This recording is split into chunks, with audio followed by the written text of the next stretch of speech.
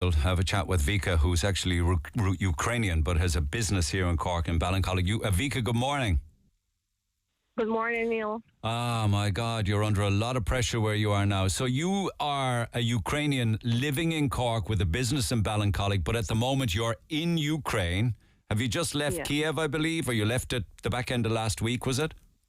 I left it on Thursday. That's when they started bombing, and my friend woke me up around 6 a.m. and she said we need to run away because they shoot in airport, and she lives like 20 minutes drive from the airport, and we could hear all these explosions and all this mess what's going on. So we just packed quickly and started driving to the border with Poland.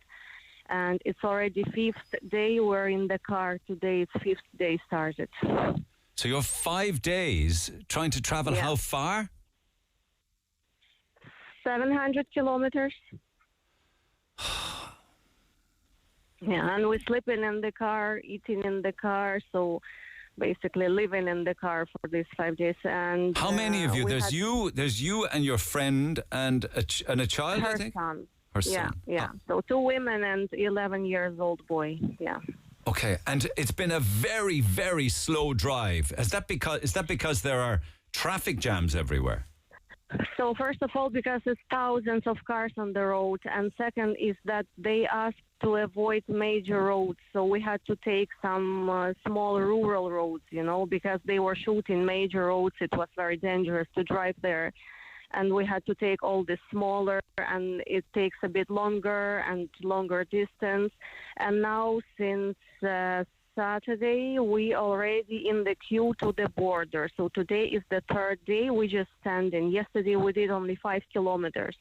The whole day, like 24 hours, we did only 5 kilometers because most of the time we're standing, And in traffic jams to the Polish border. Yeah. And in every car there is a small kid. In front of us there is a family. They have 2-month-old son and 2-year-old son. So these babies, they just sitting and waiting for their turn to cross the border, same as the rest of the people. And how are you doing for fuel and for food? We put fuel in Lvov, we put full tank, and then we bought this 6 liters water and emptied them and put their petrol, so we have fuel still left in our trunk. Food people given, local people who live in there, like now for the last few days we're in a village, so it houses both sides, and we just asking to use their toilets, to eat something, to have some tea. Yesterday we were able to find place to sleep, but they said that if you will take the car from the queue, then you have to go back to the beginning of the queue and do everything. And I say, why? Can we just catch up and just stand, and she said, no, nobody will let you. Someone have to sit in the car still and driving. So we said, no, then we will be sitting because it's not fair, Someone will be resting and the other one will be driving. So we just taking turns. She's sleeping, I'm driving. Not driving, just sitting and waiting until you can make few meters. Moving a little bit. That's how it is. And you clearly have not left that car since Thursday. No. And the car in front of you with the car. Yeah, but you can walk. Yeah, you can stretch your legs. Yeah, but the woman in front of you with the 2-month-old and the 2-year-old, what does she do for food for the baby and her two? She's got 2 babies, for instance. She's sitting. I saw her only once or twice, and it's her husband. He's running around and taking all these foods, bringing, changing nappies for this baby, and they have dog as well. Yeah, they have some small poodle. So it's local people as you pass through villages and towns who are feeding the convoy of people trying to leave. Yeah, they just cooking on the streets. Yesterday we had some fried potatoes, some sandwiches. The people just very, very kind people. I say they're like angels, They making tea, coffee, and they're not taking any money. I was trying to pay for it, and they said, no, just pray for peace, and that's it. Don't pay, just pray and eat, and that's it. And in that journey that you started from Kyiv on Thursday, did you come across any military conflict? Yeah, we saw in, I think it was a city called Uman, we saw explosion And as we read after that, because, on the road, the checkpoints, they're not explaining what was that. Of course, they're not allowed to say. And we were Googling everything. And they explode, I don't know how to say this in English, but where all the military storing weapons and guns, this place like base with all these things. They have attacked military bases. They've targeted the military base. That's what they're attacking. First of all, they're attacking airports. They're attacking military bases. They want to destroy all the guns and weapons that the Ukrainian army has. They just want to people not to have any. So you've seen the explosions, you've seen the fire, the smoke, you've heard the bombs. Yeah, we saw in Uman, and then we saw rockets flying just above us. I didn't understand what was that. I did video, but it was only smoke left, but the rocket itself, it just flew like 1 second before, just above our car. I never saw anything like this, and that was horrible, It's like in movies or video games. The more I think about this, the cars, the thousands of cars, your car amongst them, there can't be many men in those cars because they're not allowed leave Ukraine. Is it primarily women and children then? Yeah, it's mostly women and children. But actually, there are good few men here, but they saying that they will just drive women and children to the border and then they going back. Yeah. And the Russians, they saying that they came to free our country, that they want to save, that we're kind of slaves, that we in prisons. But it's not true. Ukraine is a free country. Nobody needs any help. We're okay. And the president, he is really surprising everyone. People were already thinking that he will run away, but he is fighting. He's not sleeping all these days. He has guns. He has weapons. He is fighting on the streets and doing everything like every single Ukrainian man. I have friends who left their businesses as well. They took guns and they go in and protecting country. They acting like real militaries, but they're not trained. They just. Извините, I'm on the phone. Я на телефоне. I'm sorry. Some man, he came and asking something. What does he want? He just opened the door. I don't know. He just opened the door and it was actually not nice. We got scared, to be honest. What did he say to you? That he's not an official, is he? No? Yeah.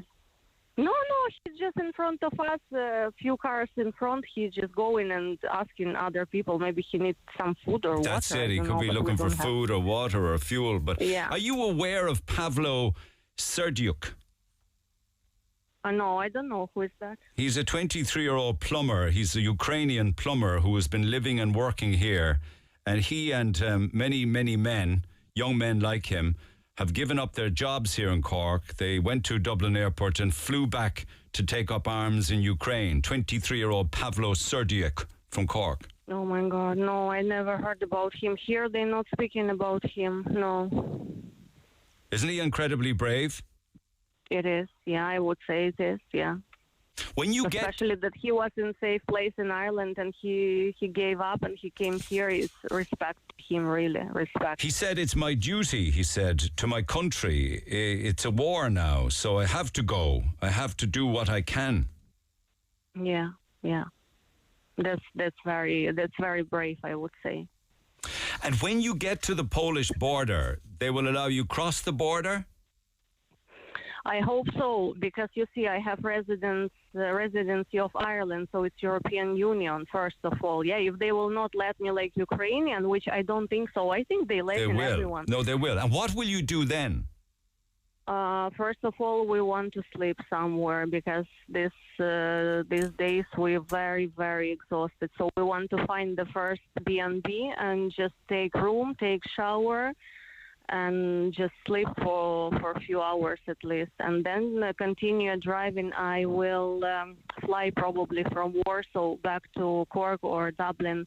And my friend, she will be asking her son for refugee status because she will not come back to Kyiv. It's very dangerous there. They bombing every day. They killing civilians. And our friends sending us pictures and videos that they filming from the windows what's going on there.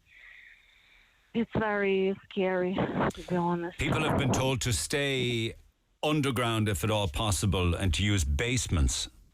Yeah, my brother is like this in my home city as well. It's very bad. It's they bombing tanks on the streets.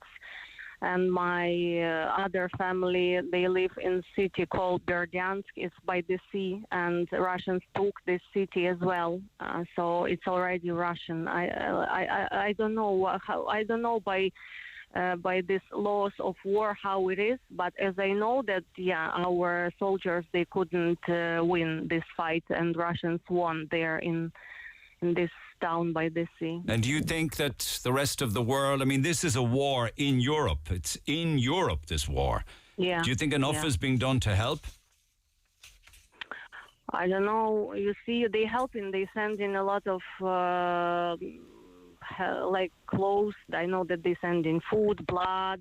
They send in weapons as well. But as I know, like to send soldiers, they cannot. I think that only Ukrainian men, they have to fight. Nobody will help. It's the civilians. Okay, there are.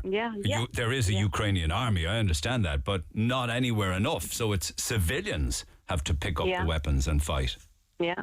They're saying that if you 16 to 60 years old, you must take guns and go and protect your country. And that's why any man that's under 60 that is going to the border now like you are will say goodbye to his partner and his children and turn back to fight. Yeah, they will not let him out. He probably wouldn't want to go either. He wants to defend his country. Oh, I would say that most of men, they would go and defend, but there are a lot of men who are very scared as well. Well, I mean, absolutely they're scared. Without a doubt they would be scared. Pavlo Serdyuk is scared. Yeah. As I said, they're not born militaries. They never deal with guns and and it's very stressful. And I think you need to be very, very brave to come down and to say, okay, I'm taking that and I'm going and I'm fighting. And they already, I don't know is it true or not, but they already speaking that when men will be not enough, so they will start taking women, And do you expect you're 5 kilometres from the border now, you've travelled many hundreds, do you expect to cross that border today? We hope so until night. If not, so tomorrow at least until afternoon we should make it. I would say 24 hours should be enough by what I can see how the car is moving.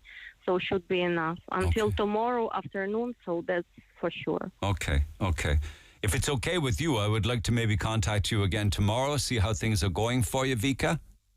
Yeah, no problem. Hopefully I will be already in some B&B rested and come down a little bit. Okay, hopefully that will be the case. Fingers crossed. Thanks for taking the call for now. Thank you so much. You're very welcome, Neil. Thank you. Bye-bye.